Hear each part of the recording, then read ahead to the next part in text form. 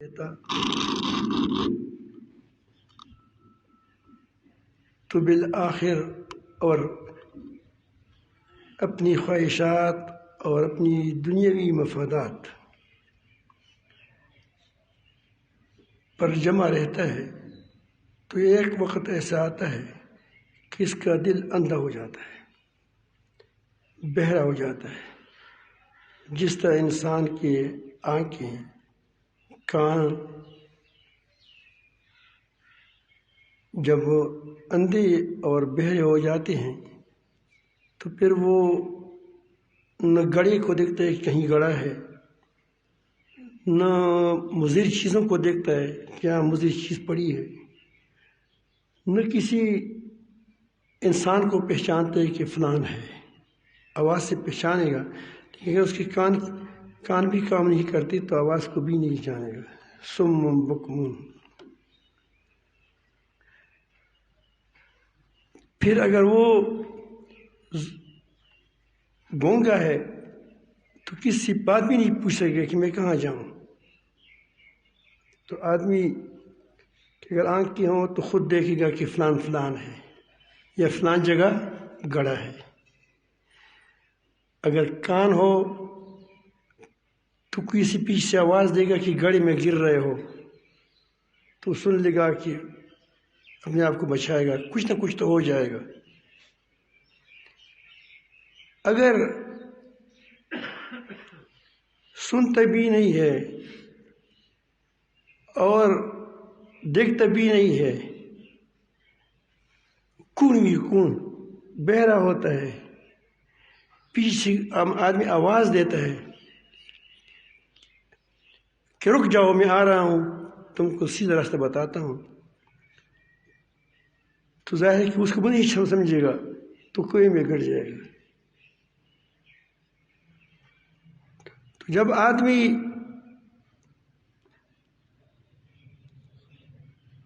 اللہ تعالیٰ کی ہدایت کا طالب نہ ہو سچائی کے ساتھ، حق کا طالب نہ ہو سچائی کے ساتھ،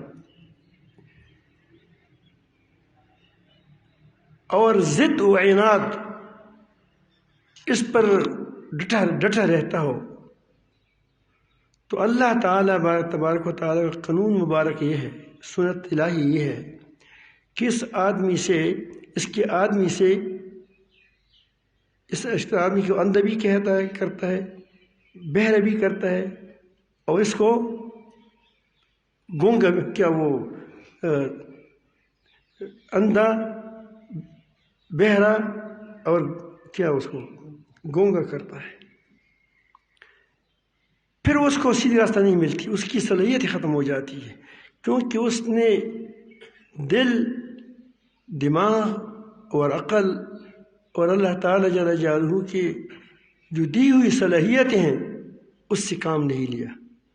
جب کام نہیں لیا تو اللہ تعالیٰ جل جلالہ اس پر مہر لگا دیتے ہیں۔ خواہشات کے پیچھے پڑ رہا ہے تو خواہشات کے سکہ یہ اس کی آنکھوں میں ڈاٹ لگاتا ہے، کان بہرے ہو جاتے ہیں، آنکھوں پر پردے ڈالتے ہیں، اور زبان کو مفلوج کرتا ہے، آنکھوں پر پٹی لگاتا ہے، تو اس سے پھر وہ نہیں دیکھتا۔ اللہ تعالیٰ جل جلالہ نے انسان کو بہت زبردست صلاحیتوں سے بنایا ہے، یہ ایک دم اندھی نہیں ہوتی۔ آپ اپنے دانتوں کو دیکھیں، دانتوں کو، آپ کی قدرتی دانت جو ہے وہ کتنے سال نے آپ کے ساتھ دیا، ہمارے ساتھ 73 سال عمر 73 سال ہو گئے، اس نے ہمارے ساتھ دیا۔ اور اگر نکلی جو دوسری دانت لگاتے ہیں تو وہ چند ماہ کے بعد اس کو تم یا ایک دو سال کے بعد اس کو پھینک دو گے، اس کا ذائقہ بھی نہیں ہوتا، وہ مزہ بھی نہیں ہوتا۔ تو انسان کو اللہ رب العالمین بہترین صلاحیتوں سے نوازا ہے، ایسی صلاحیتوں سے کہ ایسی صلاحیتیں کسی چیز میں نہیں ہیں، بہت زبردست صلاحیتیں ہیں۔ لیکن اگر وہ اس صلاحیتوں سے کام نہیں لیتا تو وہ گونگا، بہرا اور اندھا ہو جاتا ہے. سم بکم عمی فہم لا یرجعون، واپس نہیں آتے، کیونکہ نہ دیکھتا ہے نہ سنتا ہے. کس کی طرف؟ حق کے راستے پر. کیونکہ وہ خواہشات کا اندھا ہے. خواہشات نے اس کو اندھا کر دیا، خواہشات نے اس کو بہرا کر دیا، خواہشات نے اس کو گونگا کر دیا. ضد و عناد نے اس کو کیا کہ میں کیوں مانوں. مریض حسد کا کوئی علاج نہیں. جو حسد کا مریض ہو اس کا کوئی علاج نہیں ہے. وہ وہی دکھڑ بجائے گا جو بھی اس کی جس ساتھ اس کا حسد ہو، اس کے خلاف جو بات بھی آئے اس کو بس اس پر وہ کوشش کرے گا کوئی نہ کوئی اس شوشہ اس کو نکال دے وہاں سے. اللہ تعالیٰ ضد و عناد، حسد کی بیماریوں سے ہمیں بچائے. اس آیات میں یہی بات کی. اللہ تعالیٰ فرماتے ہیں کہ قیامت کے دن نہ لوگوں کو مال نفع دے گا، اللہ و لشکر نفع دے گا. قبائل میں جب جس کی اولاد زیادہ ہو، جس کی قبیلہ زیادہ ہو، کنبہ زیادہ ہو، رشتہ دار زیادہ ہو، تو وہ اگر اس کے اتفاق و اتحاد ہو تو پھر کیا ہوتا ہے؟ وہ مضبوط اس کو سردار ہوتے ہیں، بڑے ہوتے ہیں، ملک ہوتا ہے، بادشاہ ہوتا ہے گویا اس کا. اور ملکوں کا کے پاس جس کا لشکر زیادہ ہو، جس کے ساتھ یہ ٹیکنالوجی وغیرہ یہ زیادہ ہو، اس کو لوگ طاقتور کہتے ہیں. لیکن یہ کوئی چیز بھی قیامت کے دن کام نہیں آئے گی. یوم لا ينفع مال ولا بنون، نہ اولاد کام آئے گی نہ مال کام آئے گی.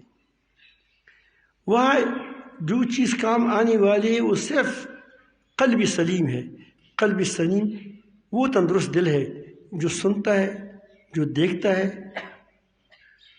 اللہ تعالیٰ کی طاقتوں کو، قدرتوں کو اور اس کی نعمتوں کو دیکھتا ہے کہ محض اللہ تعالیٰ کی طرف سے مل رہی ہے، کسی اور کی طرف سے نہیں مل رہی ہے. دیکھنا ہے. سلیم ہے، سلیم کہتے ہیں تندرست کو، تندرست دل ہے. اب تندرست دل جب دل ہی ہو گیا تو وہ دیکھتا ہے کہ یہ نعمت جو مجھے مل رہی ہے اللہ تعالیٰ کی طرف سے مل رہی ہے، جس کو مل رہی ہے اللہ تعالیٰ کی طرف سے مل رہی ہے. اور جو یہ سورج ہے، یقیناً ہم دیکھتے ہیں صبح، ہم کتنی غفلت سے ہم ان چیزوں کو دیکھتے ہیں اور سوچتے نہیں ہیں. روزانہ صبح کے وقت سورج نکلتا ہے، ڈوبتا ہے.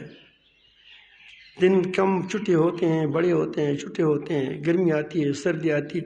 لیکن ہم اس کو نہیں سوچتے کہ آخر اس پوری کارخانے کو چلانے والا کون ہے. یہ دل کے اندر پن ہے. تو دل کی آنکھوں سے دیکھتا ہے کہ سب کچھ اللہ تعالیٰ کرتا ہے.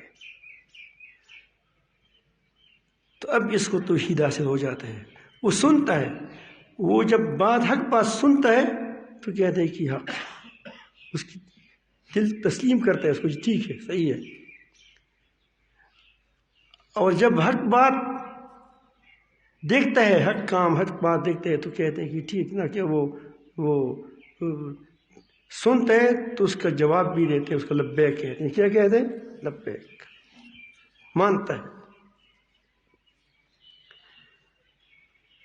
تو یہ نفع دے گا کیونکہ اس نے دل سالم لے کر لایا ہے. سالم دل لا کر دل اس نے لایا ہے. اور تزکیہ جو ہوتا ہے اس دل کی اصلاح کے لیے ہے کہ دل کے اندر جو بیماریاں ہیں وہ ختم ہو جائیں. اسی لیے جو لوگ مفسدین ہوتے ہیں، فساد بلانے والے ہوتے ہیں، جس کو پتہ نہیں ہوتا، وہ کبھی وہ تصوف کی خلاف کرتے ہیں. تصوف کے خلاف میں اس میں شک نہیں ہے کہ اس میں لوگوں نے رسوم ڈالے ہیں. لیکن یہ کس کام میں نہیں ہے؟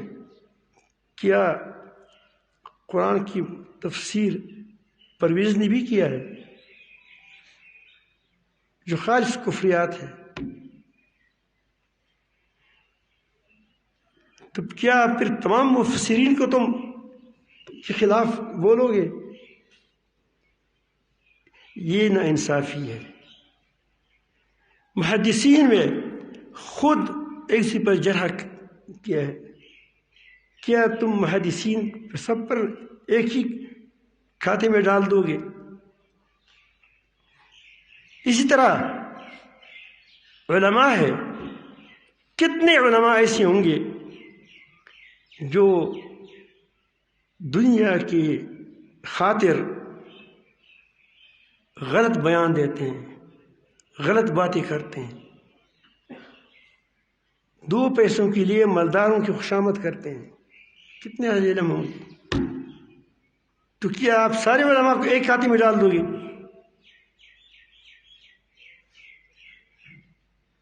لیکن دنیا چلتی ہے، اس میں اچھی بادشاہ بھی ہوتے ہیں، اچھے کمانڈر بھی ہوتے ہیں، نیک سازی لوگ بھی ہوتے ہیں، اچھے علماء بھی ہوتے ہیں، بزرگ علماء بھی ہوتے ہیں، مشائخ بھی ہوتے ہیں، مفسرین بھی اچھے ہوتے ہیں، محققین بھی ہوتے ہیں، لیکن کوئی مفسرین سے کیا وہ اس سے محنتوں سے کوئی انکار کر سکتا ہے؟ اس طرح صوفیاء جو ہے یہ دل کی تزکیہ کرتے ہیں۔ کیا کرتے ہیں؟ دل کی تزکیہ کرتے ہیں۔ وہ نفسیات کے ماہر ہوتے ہیں کہ آدمی کو کس طرح ہے۔ ایک آدمی بیمار ہو جاتا ہے، آنکھوں کا بیمار ہے، وہ اس کو وہ کیا ہے، وہ پیٹ میں درد ہو رہا ہے، ہاتھوں میں درد ہو رہا ہے، سر میں درد ہو رہا ہے، کئی چیزوں میں اس کو درد ہو رہا ہے۔ اب وہ جب جاتا ہے تو مطلب میں کہتے خود کرو علاج، نہیں کیسے علاج کرو گے خود؟ تو جب وہ اسٹور میں داخل ہوتے ہیں، میڈیکل اسٹور میں، یا جس کو وہ دواخانے میں داخل ہوتا ہے، تو وہاں یہ سر درد لکھا ہے، اس کو اٹھاتا ہے، اس میں پیٹ کی درد کے لیے ہے، یہ پیٹ کی درد کے لیے دوا اس کو وہاں سے لیتا ہے، اس سے ہڈیاں درد کرتی ہیں، اس ہڈیوں کو دوا لیتا ہے، اور اس طرح اتنا بڑا پنڈ لیتا ہے۔ ایک آدمی تو اس کے پاس میں نے دیکھا تھا، اتنی بری دوائیں کی ہوتی تھی، یہ فلاں چیز کی ہے، فلاں چیز کی ہے، فلاں چیز کی ہے،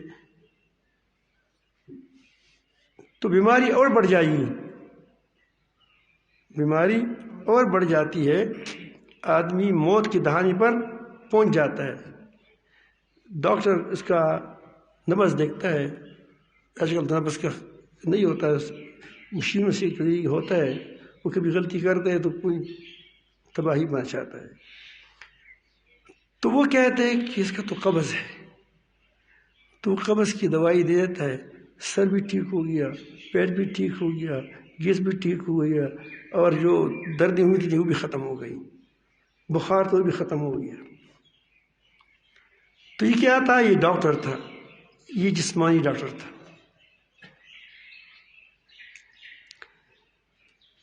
اس طرح جو لوگ نفسیات کے ماہر ہوتے ہیں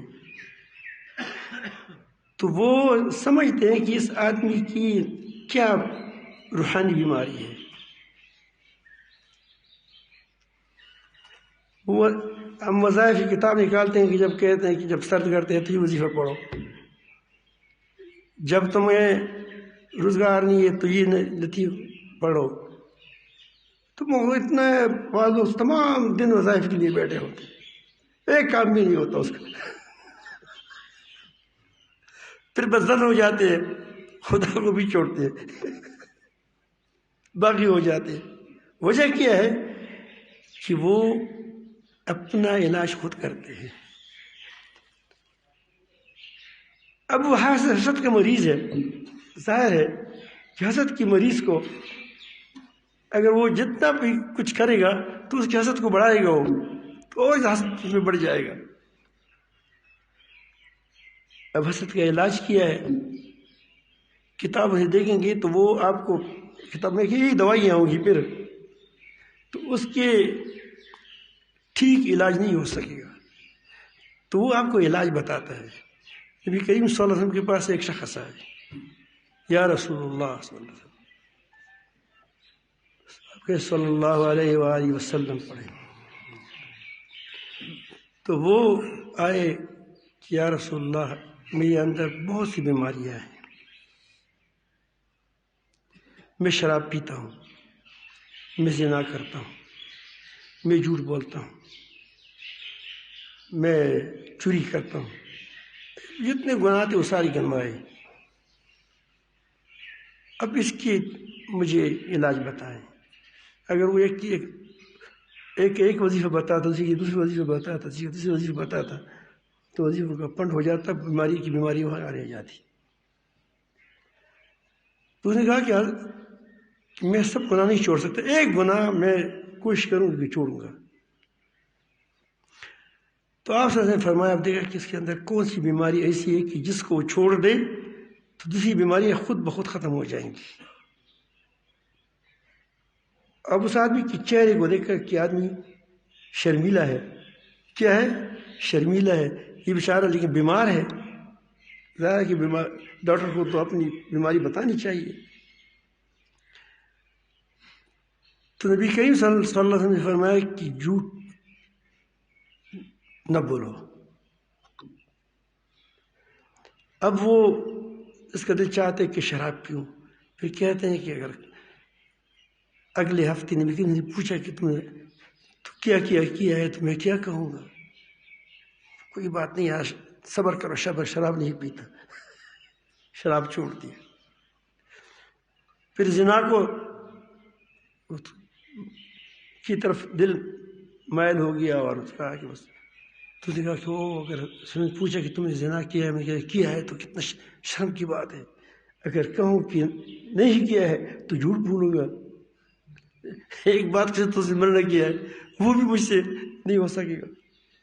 اس طرح ایک ہفتے کے بعد یا کچھ عرصے کے بعد وہ آ گیا، نبی صلی اللہ علیہ وسلم کو عرض کیا کہ یا رسول اللہ، آپ نے مجھے ایک چیز کے بارے میں کہا تھا کہ مت کہو جھوٹ، میں نے سارے گناہ اللہ کی فضل سے چھوڑ دی۔ یہ ہے علاج۔ ہم ہوتے تو کہتے کہ جاؤ دفع ہو جاؤ،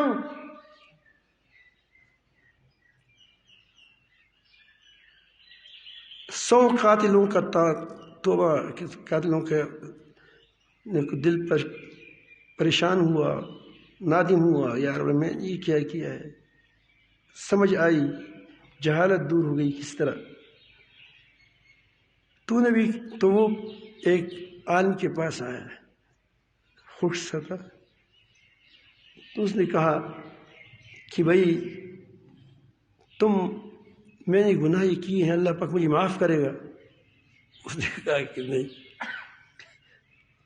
جاؤ پلیت، تو وہ گناہ کیسے معاف کرے گا؟ تو اس کو غصہ آیا، اس کو سر بھی کاٹ لیا، 100 پوری ہو گئے۔ پھر نادم ہوا کہ یار یہ تو آپ نے ایک اور کو بھی قتل کیا۔ پھر ایک اس وقت کے زمانے کے جو شیخ تھا اس کے پاس گیا، وہ سمجھدار تھا، وہ سمجھ گیا کہ آدمی بیچارہ غلطی کر چکا ہے، اب پشیمان ہو چکا ہے، تو اس نے اس کو علاج، اس نے کہا کہ پھر ہو سکتا معلوم ہوتا ہے کہ وہ اس علاقے والے لوگ سارے ڈاکو، بدماش اور کیا چوری چکاتے اور مارنے مورنے والے تھے۔ اب اس نے کہا کہ تمہاری توبہ قبول ہوگی انشاءاللہ، لیکن آپ ایک کام کریں گے کہ اس بستی سے آؤ گے، جس بستی میں تم رہتے ہو، فلان بستی میں وقت گزار ہوئے، تو اس کو پتہ تھا کہ فلان بستی والے لوگ کیا ہے، نیک صالح لوگ ہیں، اللہ والے لوگ ہیں، وہاں جائیں گے تو یہ اللہ والا بن جائے گا، یہاں ہوں گے پھر وہ ٹکور ہو جائے گا۔ تو چل پڑا، حدیث شریف میں آتا ہے وہ راستے میں وفات ہو گیا. تو اس کے بارے میں پھر وہ لمبی سے فرشتے آئے، روح قبض کرنے والے، عذاب والی بھی آئے، رحمت والی بھی آئے. تو بہرحال اللہ تعالیٰ جل جلالہ نے رحمت والوں کو کیا جمع، اس کو بھائی اس کی اس میں اس نے اس کو روح لے لیا، زمین کو کسا دیا، ناپ لیا گیا وغیرہ وغیرہ. تو یہ کیا تھا؟ یہ علاج تھا. دوسری جگہوں پہ بھیجنا اس لیے تھا کہ تاکہ اس کا علاج ہو جائے. بعض لوگ کہتے ہیں کہ ہمارا بیٹا نہیں ہوتا، آپ دعائیں کریں. ٹھیک ہے دعائیں کریں، لیکن دعا سے انکار ہے نا وہ. لیکن اس کے لیے تم کوئی ہمت بھی تو کرو. تو آپ مجھے کہتے ہیں کہ یا کسی کے پاس جاتے ہو یا کوئی مجمع کہتے ہیں کہ ہمارے لیے دعا کر کے اللہ بیٹا دے دے. تو کچھ تو تم بھی کرو، شادی تو کرو نا. شادی نہیں کرتی بیٹا مانگتے ہو.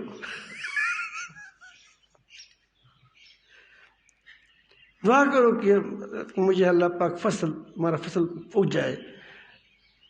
تو کہتی میں وہ کشتکاری کرتا نہیں ہے. وہ کہتے ہیں نہیں میں بیٹا یہاں بیٹے کیا ہو جاؤں تو مجھے وہاں ہو جائے.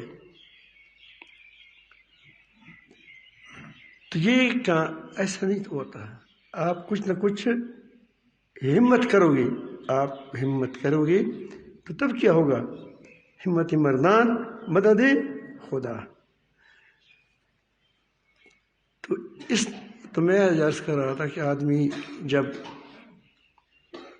اپنی وہ اصلاح کے لیے یہ چیزیں ضروری ہوتی ہے کہ وہ سمجھدار ہو، اس کو سب اس اصلاح کی طریقوں کو جانتا ہو. ورنہ کبھی کبھی دوائیاں مختلف دے کر کے آدمی کو خراب بھی کر سکتا ہے. وہ تو صوفیاء جو ہوتے ہیں، جس کو ہم صوفیاء کہتے ہیں، یہ نہیں کہ تم کو راستے میں چرسی بنگی دیکھ لیا تو کہ دیکھو تو یہ صوفی ہے. یا بالکل یا کوئی آدمی ہو، باپ اس کا کیا تھا، نیک صالح آدمی تھا، روحانی ڈاکٹر تھا، اب کہتے ہیں بیٹا کہتے ہیں کہ میں بھی روحانی ڈاکٹر ہوں. اس نے کچھ نہیں سیکھا ہے. اسی طرح تو ظاہر ہے کہ یہ فن ہے. فن یہ کوئی وراثت نہیں ہے کہ جگیر ہے، بلکہ کیا ہے؟ یہ طریقہ ہے سیکھنے کا، سیکھا جاتا ہے. تو جو لوگ اس کے ماہر ہوتے ہیں نفسیات کے، وہ سمجھ جاتے ہیں کہ اس آدمی کی بیماری کیا ہے، روحانی بیماری کیا ہے. کوئی کہتا ہے کہ مجھ پر جادو ہو چکا ہے، جادو بھی ہے، جنات بھی ہے، حالانکہ اس کی نفسیات میں بیماری ہوتی ہے. بہت بار ایسا ہوتا ہے. میں نے ایک بار کسی سے پوچھا، ہمارا دوست تھا کراچی کا تھا، عامل تھا بہت بڑا ہے، ابھی زندہ ہے. میں نے کہا اس کو پوچھا کہ آپ مجھے بتائیں کہ آپ تو جادو بھی کہتے ہیں کہ جادو کا علاج بھی کرتا ہوں، جنات کا بھی کرتا ہوں، سچ پوچھ بتائیں کتنے لوگ واقعی مریض ہوتے ہیں، واقعی جن پر جادو ہو چکا ہے، واقعی جن پر جنات ہوتے ہیں.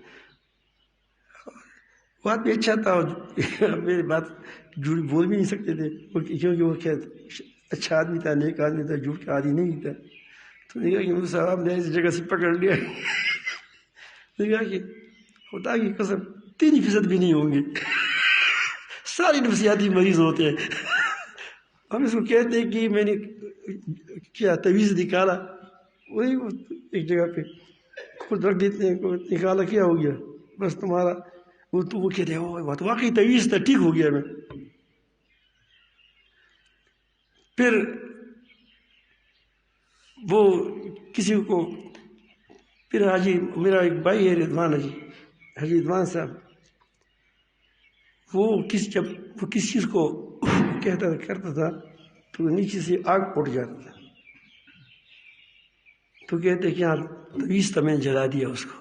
تو دوائی ہے یہاں، جب بھی اس کو تھوڑا سا اس کو ستار ٹوک لگ جاتی ہے، پتہ نہیں اس کو اس نے حکیم سے ہدایتوں نے کہا کہ یہ بہت مہنگی ہوتی ہے، ہم اس کو مہنگی فروخت کر لیں گے، تم ویسے اس کا تجربہ کرتے ہیں آپ، اس کو تھوڑا آسان دے دیا تھا. تو جو اس کا طریقہ یہ ہے کہ منہ میں رکھ دیتا ہے تھوڑا سا، جب وہ کسی مٹی کے ساتھ لگ جاتا ہے تو کیا ہو جاتے ہیں، وہ آپس میں آگ لگ جاتا ہے. تو اس طرح چیزیں باسی جیسی ہوتی ہے، جس طرح نیل اور ایک دوسری چیزیں آپ میں ملا کر کیا ہو جاتا ہے، اس سے کاغذ بڑا اڑتا ہے. تو یہ چیز کہ اس سے پھر وہ کہتے ہیں کہ دیکھو جادو جلا دیا، بہت خطرناک جادو تھا. اب وہ کہتے ہیں کہ مجھے جادو دور ہو گیا، تو تھوڑا دو دن ٹھیک رہتا ہے. وہ کہتے ہیں نفسیاتی مریض تھا. جب 2-3 دن گزر جاتے ہیں تو پھر وہ نفسیاتی مریض ہوتا ہی ہوتا ہے، پھر مارا جاتا ہے اس کا. تو اس کا علاج نفسیاتی مریض کا یہ تعویذات نہیں ہوتے. ہاں میں کہتا ہوں، میں اس کو جادو بھی ہوتا ہے ہو سکتا ہے، لیکن اتنا عام نہیں ہے. جس طرح ہم نے ہر آدمی پر جادو سوچا کہ اس پر بھی جادو ہو. جس عامل کے پاس جاؤ تم کو کہے کہ تم پر جادو ہے خطرناک قسم کا، اور یا خطرناک قسم کا جن تم پر چڑھ چکا ہے، دو میں سے ایک ہوگا خامخواہ. تو جس طرح میں کہہ دوں کہ نفسیاتی مریضوں کا علاج یہ خود ایک بہت بڑا مسئلہ ہوتا ہے، اس طرح روحانی علاج کا یہ بڑا مسئلہ ہوتا ہے. آپ نے کسی کو دیکھ لیا، کسی کو ایسا ہوتا ہے کہ کسی مجازی عشق میں مبتلا ہوگا، وہ کیا کرے؟ اس کو صرف تھپڑ مار گے اس سے ہو جائے گا؟ اس کو نہیں جائے گا، اس کو طریقہ بتایا جائے گا. تو وہ دراصل اس طرح لوگوں کو دنیا کی محبت، دنیا پر بھی لوگ عاشق ہوتے ہیں، دلوں سے نکال کر کے اللہ تعالیٰ کی محبت اس کے دل میں آ جاتی ہے. تو کتنا بڑا کام ہے کہ انسان کا دل ٹھیک ہو جائے، اس سے تکبر دور ہو جائے، اس سے بیماریاں دور ہو جائیں. حضرت شیخ قدس اللہ سرہ کو کسی نے پوچھا کہ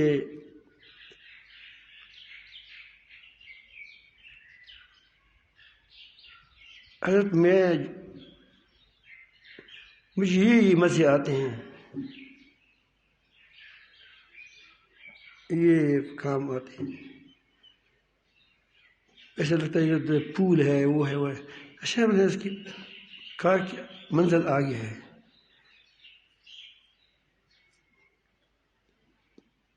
بادشاہ کی طرف جانے والے راستوں پر بڑی پھول پل ہوتے ہیں، راستے مزدار ہوتے ہیں، لیکن اگر آدمی ان پھولوں میں مصروف ہو جائے تو آگے مقصد سے رہ جائے گا.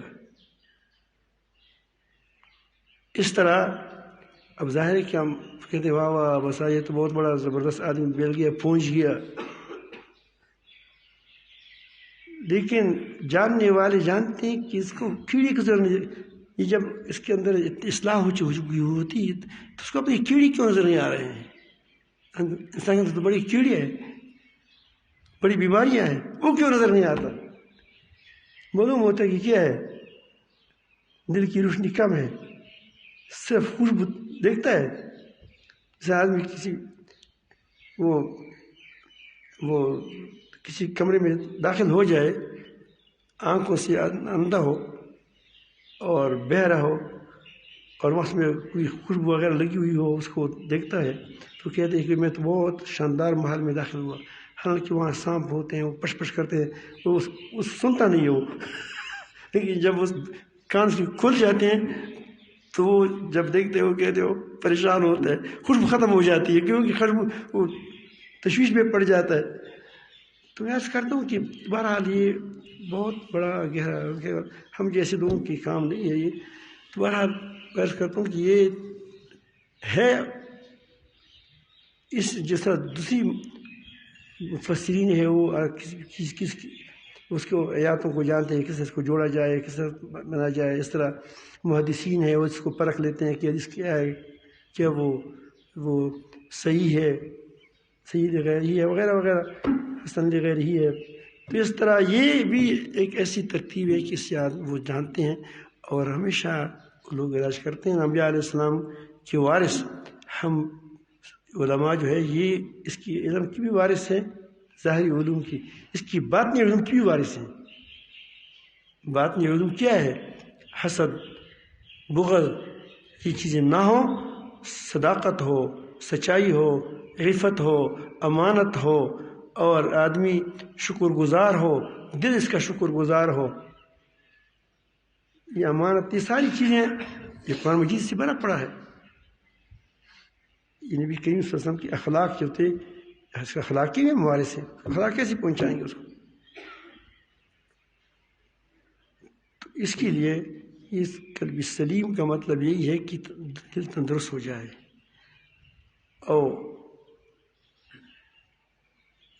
انبیاء علیہ السلام کی دل فطرت سلیم، قلب سلیم ہوتے ہیں. اسی لیے ابراہیم علیہ السلام کہتے ہیں وَاغْفِرْ لِأَبِي إِنَّهُ كَانَ مِنَ الضَّالِّينَ وَلَا تُخْزِنِي يَوْمَ يُبْعَثُونَ. مجھے دل کی قیامت میں شرمندہ نہ کرے. وہ دیکھ رہا تھا قیامت کے دن کی یوم لا ينفع مال ولا بنون الا من اتى الله بقلب سلیم. ایک بار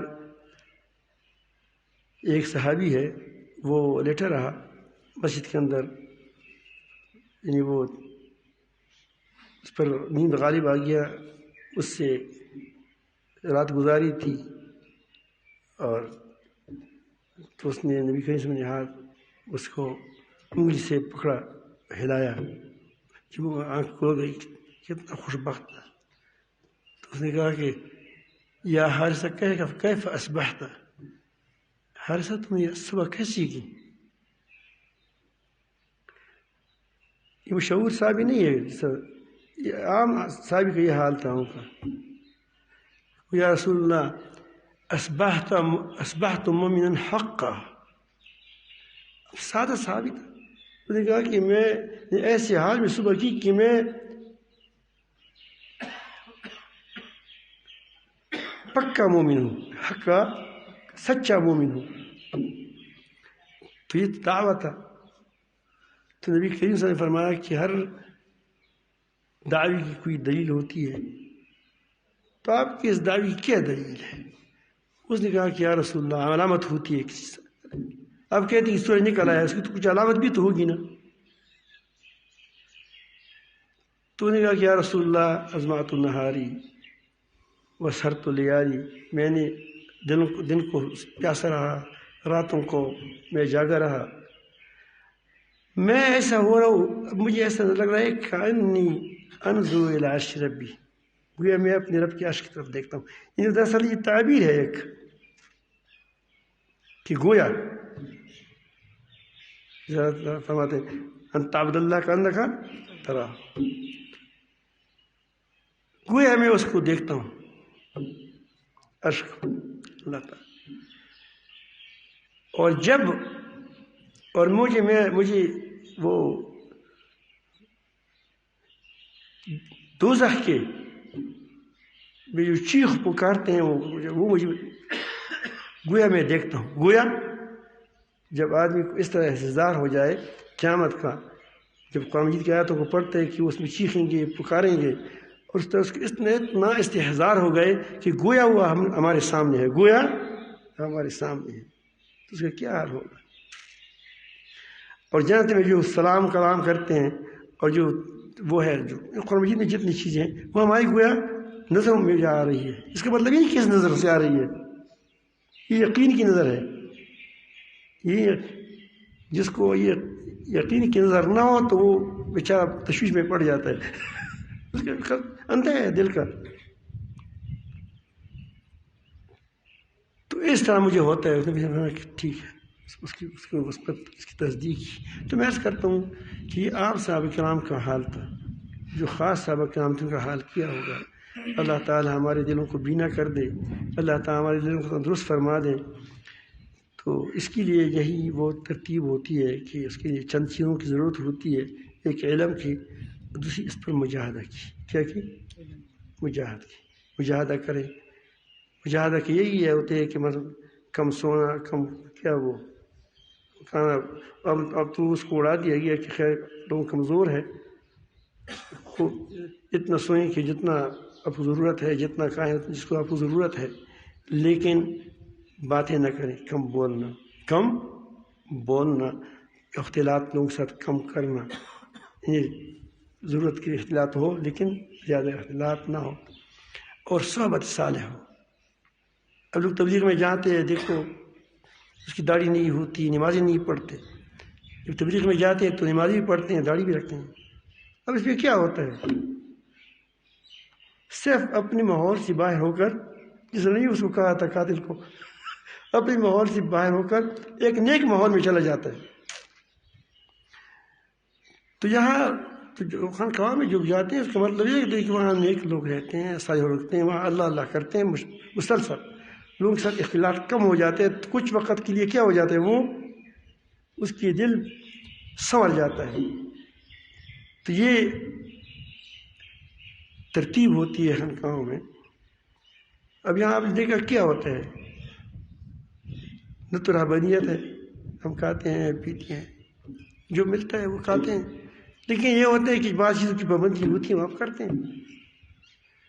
تو اس کی یہ ترتیب جو ہوتی ہے اس کو عام ہونا چاہیے، عام ہونا چاہیے. یہ دونوں چیزیں ساتھ ساتھ چلے گی تو تب انشاءاللہ بہت زیادہ نفع ہوگا. تبلیغ کی جماعتیں اور ساتھ ان کے ساتھ خانقاہیں چلیں گی تو کیا ہو جائے گا، تو انشاءاللہ دنیا میں تبدیلی آئے گی. ہمیشہ تبدیلی آپ نظر دوڑائیں سفیان لائیے. اب حضرت مولانا الیاس رحمۃ اللہ کون تھے، آپ مجھے بتائیں. وہ حضرت مولانا احمد صاحب پورے مجاز ہے، ذاکر ہے، شاغل ہے. اور وہ خود کہتے ہیں کہ ہماری تبلیغی یہ چلتی پھرتی خانقاہ ہے. ان ایک نوع ہے قسم. حضرت قاسم کون تھے جس نے پوری دنیا میں یہ مدرسوں کا جال بچھایا؟ یہ کون تھے؟ شیخ الہند کون تھے؟ آپ اس طرح تاریخ دیکھیں، جس نے انگریزوں کے ناک میں دم کیا وہ کون تھے؟ آپ دیکھیں